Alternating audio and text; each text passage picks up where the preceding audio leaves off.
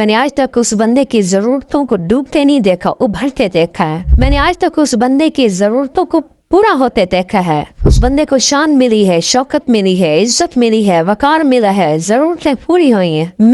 یہ میری ترتیب نہیں ہے، میں نے کوئی نئی ایجاد کی ہے، یہ صدیوں سے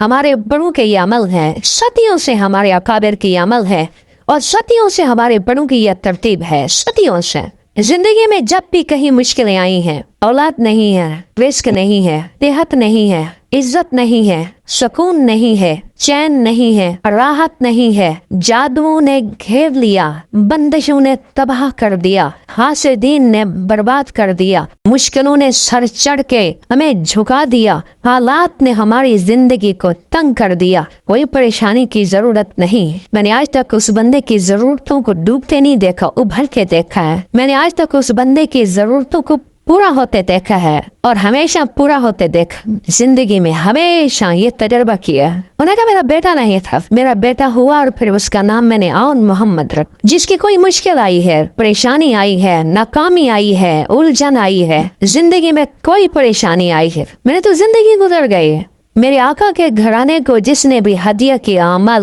اعمال پیسوں کا صدقہ دیا، کسی غریب کی خدمت کی، کسی غریب کو کپڑے دیے، سوٹ دیے، لباس دیا، کسی غریب کی ضرورت کو پوری کی، اور وہ اس کا ثواب ان ہستیوں کو ہدیہ کیا، حضور کے گھرانے کو، لباس کی شکل میں، کھانے کی شکل میں، پیاسے کو پانی کی شکل میں، اور نیکی اور اعمال کی شکل میں، عبادت اور تسبیح کی شکل میں ان کو ہستیوں کو ہدیہ کیا۔